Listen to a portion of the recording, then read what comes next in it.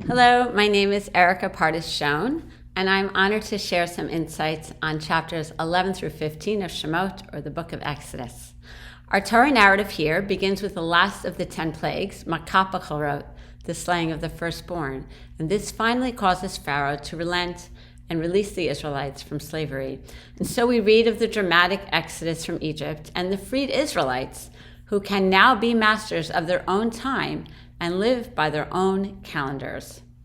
So God instructs Moses and Aaron that this month, which is the month of Nisan, shall be the first of the months of the year for you. And this sanctification of time, as explained by Abraham Joshua Heschel, is a hallmark of our Jewish tradition. In fact, each time we recite Kiddush on Friday night, we link the sanctity of Shabbat to our exodus from Egypt. Ki HaYam techila l'mikra'ei kodesh, zecher l'tziyat Mitzrayim. And in fact, in Devarim, later on, we are told to observe this Sabbath day because we were slaves in Egypt. We never take our freedom for granted. And of course, we know that there are many times in our history when we have not been free to observe our Jewish calendar. Our story continues, and the fleeing Israelites find themselves at the shore of the Sea of Reeds with no bridge to cross, and the Egyptian army in hot pursuit, since Pharaoh changed his mind. So while the Israelites are quick to start complaining, sure that they would rather be slaves than die in the wilderness, Moses prays to God for another miracle to help his people. And in the Talmud, in Tractate Sota, we learn of a wonderful midrash about this moment.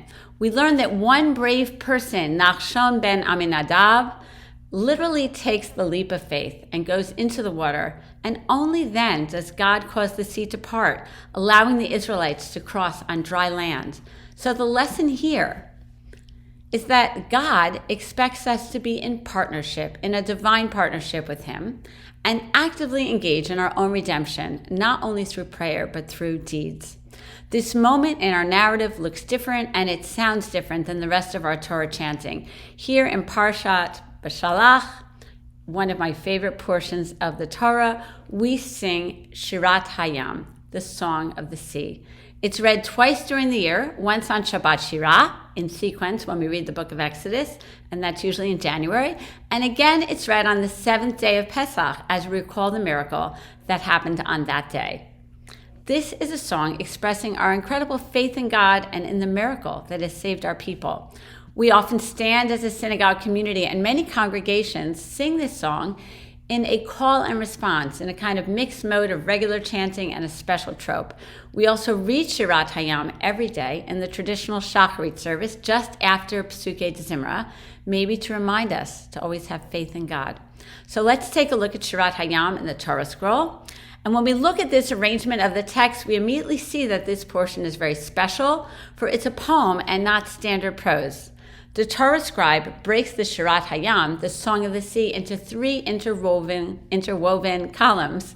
And maybe this is meant to look like the waves of the sea or overlapping bricks. I kind of see a path going down the middle and 2 sides.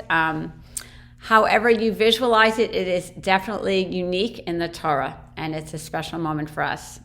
This special trope is used for this Torah reading as we praise God for this moment, for this miracle, in a very bittersweet musical mode that reminds us of the cost of freedom. The song ends in a praise of God. Adonai yimloch le'olam va'ed. Adonai will rule forever and ever, but we are not finished singing yet. The song of Miriam follows, with Miriam the prophetess leading the women in song, creating a remarkable image. The verse reads, "Then Miriam the prophet, Aaron's sister, took a timbrel in her hand and went out, followed by all the women with timbrels and dance." And it concludes in the present tense, "Sing to God, for he has triumphed gloriously. Horse and driver he has hurled into the sea.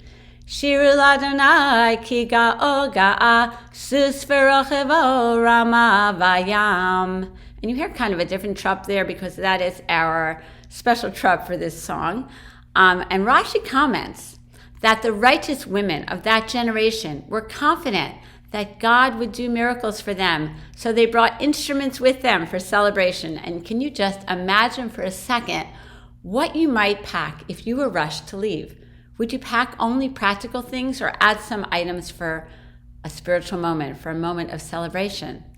How do we transition from slavery to freedom, from the shock of leaving, witnessing so much suffering, death, and also miracles from the 10 plagues, to the amazement of the miraculous parting of the sea, to the beginning of a new journey through the desert?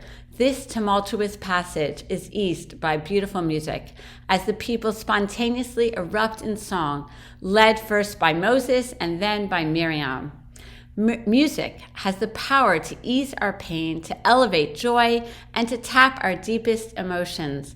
It's worth reflecting on how we use music and special melodies to transport us to a sacred space at special moments in our personal lives and in our communal prayers. What an honor to close this chapter of our narrative with communal singing and dancing and women's voices leading the way, guiding us towards a more joyous celebration.